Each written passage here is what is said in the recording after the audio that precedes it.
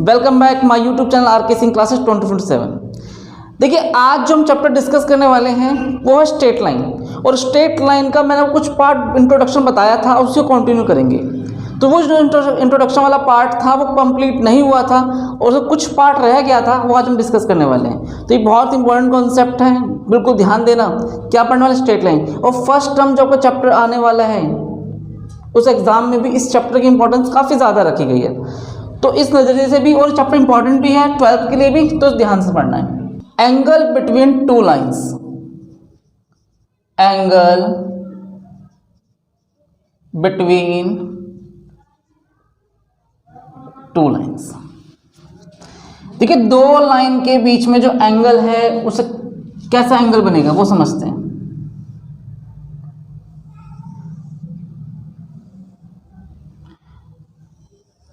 ये सपोज मैंने बनाई L1 और एक बनाई मैंने L2। थोड़ा सा आपको राइटिंग का अगर इशू हुआ तो कमेंट करके जरूर बताया करो, हर बात शेयर किया करो कैसा दिखाई दे रहा है, कुछ डाउट है क्या नहीं है। इसको बेटा हमने मान लिया थीटा और इसको फाई। अब गहराई समझना, L1 slope of L1 alpha 1 और स्लोप ऑफ L2 अल्फा 2। इसको मैंने अल्फा 1 का नाम दिया और इसको मैंने अल्फा 2 का नाम दिया। आपको मैंने लास्ट क्लास में बताया था, फील करना हमें कैसे लेना, पॉजिटिव डायरेक्शन से एंटी क्लॉकवाइज। ये एक्स एक्सिस हो गया और ये वाई एक्सिस हो गया। एक बात बताना बेटा, अगर ये थीटा है तो ये भी क्या होगा? थीटा। यस या नो? समझना, इसको नाम दे दो बेटा M1 और यहां लिख दो M2 शॉर्ट में। और ये वाला जो एंगल होगा एक्सटीरियर एंगल, इन दोनों के सम के इक्वल होगा। Theta plus alpha 1 is equal to alpha 2। Reason exterior angle properties. और थीटा की वैल्यू कितनी आ जाएगी? Alpha 2 minus alpha 1। किसी को डाउट नहीं आता? नहीं। अब बोथ साइड लगा दो tan theta. Tan theta is equal to 10 alpha 2 minus alpha 1। पहुंच जाओ चैप्टर नंबर 3 पे, ट्रिग्नोमेट्री। आपको मैंने बताया था ट्रिग्नोमेट्रिक ऐसा चैप्टर है जिसका इंपॉर्टेंस काफ़ी ज़्यादा है, क्लास 11th में भी और क्लास 12th में भी। तो ट्रिग्नोमेट्री पे बिल्कुल भी रिस्क मत लेना, बिल्कुल मन से पढ़ना है। ट्रिग्नोमेट्री कई कॉन्सेप्ट जो है आपके आने वाले चैप्टर में भी यूज़ होंगे और क्लास 12th में भी यूज़ होने वाले हैं। किसी को डाउट मन में? तो देखिए 10a माइनस बी फॉर्मूला क्या होता है? 10a माइनस 10b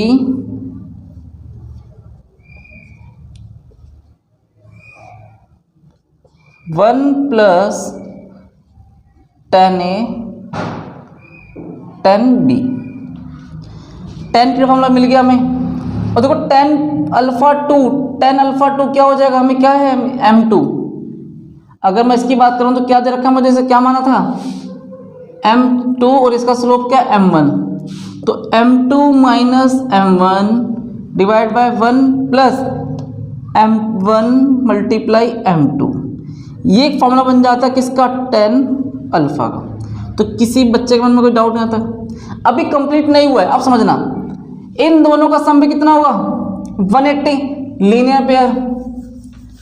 तो मैं यही बात कर लेता हूं, अगर मैं लिख दूं इसको फाई को लिखूं 180 माइनस थीटा, तो 10 लगा दो दोनों तरफ, 10 phi 10 180 minus theta. 10 180 minus theta, क्या 180 पे कभी चेंज होता है? नहीं, 180 पे कभी कोई चेंज नहीं होता। चेंज किस पे होता है? 90 पे और 270 पे। तो यहाँ पे क्या रहने वाला है? और 180 माइनस थीटा हम कहाँ पहुँच गए हैं? सेकंड क्वाड्रेंट में, और सेकंड में 10 नेगेटिव, तो माइनस 10 थीटा। और इस 10 थीटा की वैल्यू क्या गिवन है बेटा? ये रही M2 माइनस M1। एक सेकेंड, आपको ये वीडियो में दिखाई नहीं देगा नीचे, तो मैं इसका आंसर यहाँ लिखना चाह रहा हूँ, minus M2 minus M1 1 plus M1 M2। ये आ गया tan alpha phi, sorry tan phi. देखो टेन थीटा की वैल्यू ये है और टेन फाई कितना आया, ये आया। फील करना दोबारा, एक बार पॉजिटिव में आ रहा है और एक बार नेगेटिव में आ रहा है, देयरफॉर क्या आंसर निकल जाएगा इससे जो फाइनल आंसर आएगा वो मैं यहाँ लिखने की कोशिश कर रहा हूँ। कहाँ लिखूँ इधर ध्यान दो। इससे फॉर्मूला क्या निकल गया बेटा, modulus m2 minus m1 1 plus m1 m2, क्योंकि आंसर मेरा नेगेटिव भी है और पॉजिटिव भी हो सकता है। तो आपको दो लाइन के बीच जो थीटा बनेगा क्या बनेगा, m2 minus m1 divide by 1 plus m1 m2। तो किसी बच्चे को मन में कोई डाउट, कोई बात ऐसी हो, इससे फटाफट कॉपी करो। क्या पढ़ना है हमें, कोलिनियरिटी ऑफ 3 पॉइंट्स। हमें कोलिनियर प्रूफ करना है 3 पॉइंट्स का। अगर तीनों पॉइंट एक लाइन पर हैं तो कोलिनियर। ये जो वर्ड है कोलिनियर, ये क्लास 10th में मैं पढ़ के आए हो। क्या सीखा था आपने कि अगर 3 पॉइंट एक ही लाइन पर हो, A B C, क्या बोलेंगे इसे हम, कोलिनियर। तो यहाँ पे हम बात किसके करने वाले हैं, कोलिनियरिटी ऑफ 3 पॉइंट्स सपोज। तो ये कोई नया वर्ड नहीं आया अभी आपके सामने, क्लास 10th का ही वर्ड था। एक लाइन ड्रॉ कर रहा हूं मैं यहां पर पढ़ लो बेटा, A B और C तीनों एक ही लाइन पर है, दिस इज आर कोलिनियर। अगर तीनों एक ही लाइन पर होंगे तो क्या कहलाएंगे, कोलिनियर। एक बात बताओ, फील करना, अगर मैं AB का स्लोप निकाल लूं, क्या निकाल लूं, स्लोप ऑफ AB, और अगर मैं BC की बात करूं, BC को मैं एक्सटेंड कर दूं तो BC का स्लोप भी तो यही होगा, स्लोप ऑफ BC। अगर मेरे पास ऐसी सिचुएशन आ जाती है, स्लोप ऑफ AB और स्लोप ऑफ BC इक्वल हो जाता है, देयरफॉर ABC आर कोलिनियर। किसी के मन में डाउट क्यों, अगर AB का जो स्लोप है वही स्लोप BC का ही तो है। इसका मतलब क्या फील हो रहा है कि तीनों के तीनों पॉइंट एक ही लाइन पर बनाए गए हैं। चेक कर लो, अगर यहाँ से मेरा स्लोप आ रहा है 1 AB का और BC का स्लोप भी 1 आ रहा है, तो मतलब मैंने क्या किया है, BC को एक्सटेंड कर दिया है, और इसलिए तीनों पॉइंट कैसी लाइन पर, एक ही लाइन बनाए गए हैं। तो कोलिनियरिटी चेक करने के लिए क्या करना पड़ेगा आपको, स्लोप ऑफ AB और स्लोप ऑफ BC अगर इक्वल है, देयरफॉर ABC आर कोलिनियर, क्योंकि तीनों पॉइंट्स पे एक ही लाइन पर है और इन दोनों का स्लोप इक्वल होने वाला है। तो किसी बच्चे के मन में कोई डाउट यहाँ तक किसी के मन में नहीं है, तो इसे फटाफट कॉपी करो।